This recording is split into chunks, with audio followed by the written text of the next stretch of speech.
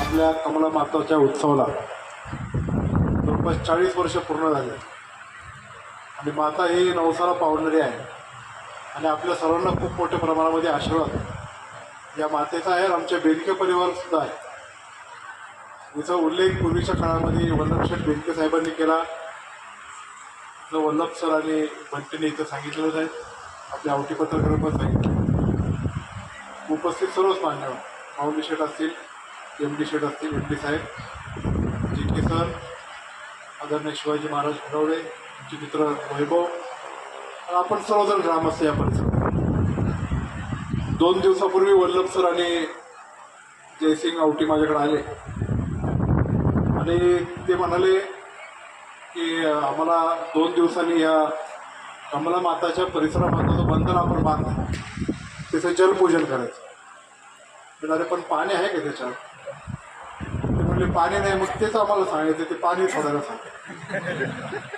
पाणी सोडायला सांगा डायरेक्ट. नाही म्हणले आम्हाला जलपूजन पण करायचं आहे. त्या अधिकाऱ्याला फोन केला, त्यांना सांगितलं मी परवा तिकडे जाणार आहे, तो बंधारा भरला गेला पाहिजे याची जबाबदारी तुमची. अधिकारी इथं रात्री उभे राहिले आणि बंधारा भरून दिला. परत मी त्यांना म्हटलं की किती वाजता करायचं आपल्याला जलपूजन? ते म्हणले दुपारी 1-1:30. आता उन्हाचा तडाखा घेतला. नंतर काल फोन केला की दुपारी 3ला या, महिलांचा कार्यक्रम आहे आणि ते मिरवणूक काढून तिथं आपल्याला जलपूजन करायचं, ते उत्सव पण आहे. म्हणजे एवढा दुपारची कोण मिरवणूक काढतात? त्यांनी तुम्ही या तर करा. मी नाव ते महिलाच यायच्या नाही मिरवणुकीला, उन्हाचं नको म्हणते, 4च्या पुढे ठेवा. नाही म्हटलं तुम्ही या. मी तर बरोबर 3 वाजता पोहोचलो. MD साहेब तिथं मंदिरात बोरीच्या बाजूने आलो तिकडून. मग पाया पडल्यानंतर बाळासाहेब इथं आले म्हणजे आमची मिरवणूक निघाली. नंतर तिथं जेव्हा बंधाऱ्याच्या तिथे गेलो, उन्हाचा तडाखा इतका होता, अर्धा मिनिट सुद्धा उन्हात उभा राहता येत नव्हतं. त्या सावलीत आम्ही उभं राहतो. एवढ्या संख्येने महिला डोक्यावर घागरी घेऊन आल्या. म्हणजे खरंच यांचा जो श्रद्धा जी कमला मातावर आहे ते तुमच्या मिरवणुकीतून, तुमच्या उत्साहातून, एवढ्या दुपारच्या रखरखत्या उन्हात तुमचा कोणाचा मेकअप सुद्धा हल्ला नाही. म्हणजे मेकअप हा अतिशक्ती होईल, तुमच्या चेहऱ्यावरचा उत्साह हल्ला नाही किंवा तुम्ही दमले की शेतात काम करून असं हे झाले एकदम ओके मध्ये. आणि तिथं आल्यानंतर ऊन तर एवढं होतं का असं वाटतं की कधी या पाण्यात उडी मारतो. तर मी 2-3 जणांना विचारलं असेल किती खोल पाणी आहे. ते म्हणजे आहे बरंच खोल. म्हणजे पोहायला जमाल का? ते म्हणजे जमाल ना, पण मला जोडीदार घावला असं तुम्ही उडीत मारले. जोडीदार म्हणजे मित्र मला. तर उत्सवाच्या तुम्हाला शुभेच्छा तर देतोच, पण ह्या परिसराची, राजुरीची, आमच्या कुटुंबाची, बेनके साहेबांची आपली अत्यंत जवळची नाळ. मी आमदार झाल्यानंतर या गावात मला जे काही कामं करता येईल ते करण्याचा मी प्रयत्न केले. प्रथमतः तर मी आमदार झालो आणि लगेच कोरोनाला सुरुवात झाली. 2 वर्ष कोरोनात गेली का आपली सत्ताच गेली. सत्ता गेल्यानंतर वर्षभर वरती कसे तोंड बघून काम करतात ते काही मला वेगळं सांगायची गरज नाही.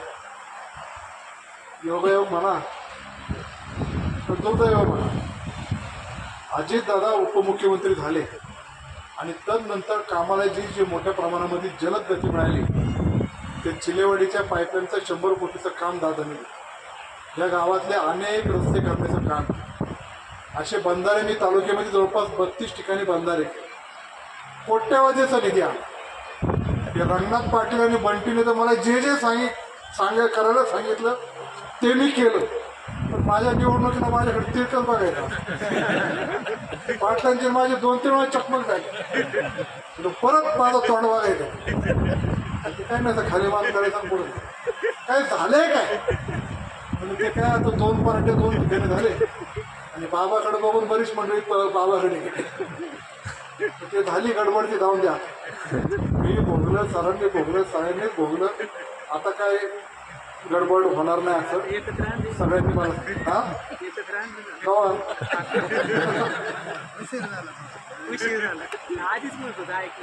आता आज मला तुम्हाला एकच सांगायचं, तुमच्या पत्रकारांच्या माध्यमातून राजुरी गटातल्या सगळ्या लोकांना सांगायचं, आता कुणी किती करा करामती, पुन्हा सज्ज झाली आहे आमची बारामती. आणि जेव्हा आम्ही ही बारामती म्हणतो म्हणजे आमच्या राष्ट्रवादी काँग्रेस पक्षाची आणि आमच्या बेनके कुटुंबाची पंढरी असं समजा. मी कालही म्हटलो, आजही सांगतो, ठीक आहे, मी आता आमदार नाही, जिल्हा परिषद सदस्य आपल्या पक्षाचा नाही, पण तरी या गटामध्ये राष्ट्रवादी काँग्रेस पक्षाचेच विकास कामं सगळ्यात सरस राहतील अशा प्रकारची ताकद आदरणीय सुनेत्रा वहिनींच्या माध्यमातून इथं निर्माण करण्याचा आम्ही काम केलं. एका अपघातातून दादा आपल्यातून निघून गेले.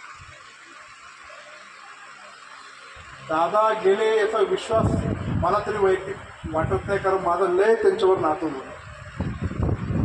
आमच्या यंदे उऱ्याच्या यात्रेच्या वेळेस गेलो तेव्हा एक तरुण बांधवाला म्हणला, मी भैरवनाथाला स्मरून सांगतो की 2 वर्षांनी दादा परत येणार.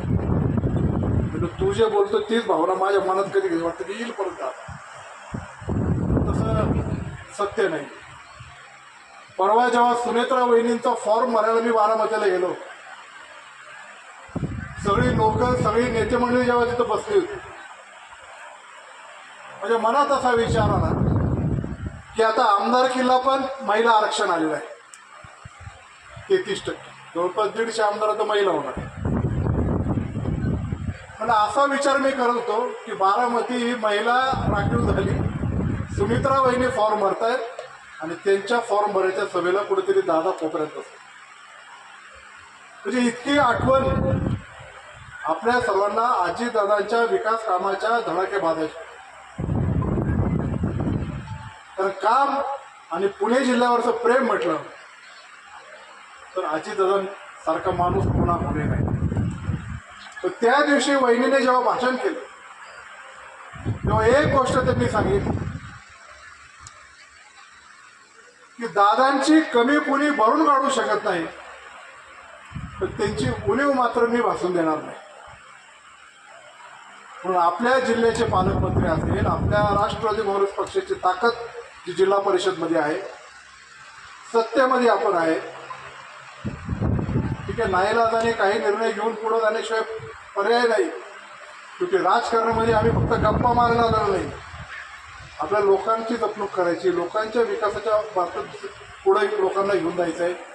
शेतकरी हा केंद्रबिंदू मानून त्यांच्या प्रती आपल्याला जे काय करता येईल ते करण्याचा प्रयत्न करायचा आहे. आणि ते करण्याचा प्रयत्न जे व्रत मी हाती घेतलंय, सरांनी हाती घेतलंय, एम डी साहेबांनी हाती घेतलंय, वैभवने हाती घेतले, आम्ही सर्वांनी हाती घेतले, ज्याशी आम्ही ते निश्चित प्रकारे पुढे नेण्याचा आम्ही प्रामाणिकपणे प्रयत्न करू. या परिसरामध्ये जे काही कामं करायचं असेल कसली परवानगी भेटत नाही, जिल्हा परिषद स्टेट लाईटला आहे ना, जिल्हा परिषद ती मिळणार नाही परवानगी. फक्त तुम्ही तर सोलरचं प्रपोजल केलं तर निधी आमच्या काही ग्राम निधी